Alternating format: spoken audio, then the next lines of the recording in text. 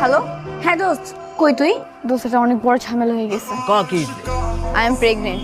ক কেমনে কি হইছে ক অ্যাক্সিডেন্টলি হয়ে গেছে। অ্যাক্সিডেন্টলি মানে অ্যাক্সিডেন্টলি হয়ে গেছে। জন্য তো তোকে এখানে ডাকা। লাস্ট পার্টিতে আমি তোদের সাথেই করছি। আমাদের যে সার্কেলটা ছিল, সেই সার্কেলের মধ্যে তোরাই তো ছিলি।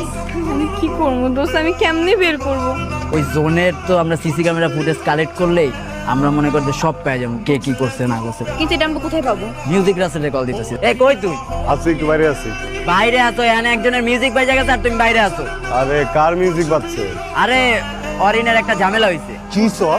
আরে আমরা ওই দিন 31st নাইটে পার্টি করলাম না, তো ওই পার্টিতে ওর লগে কে কি যেন করছে বুঝছো তো।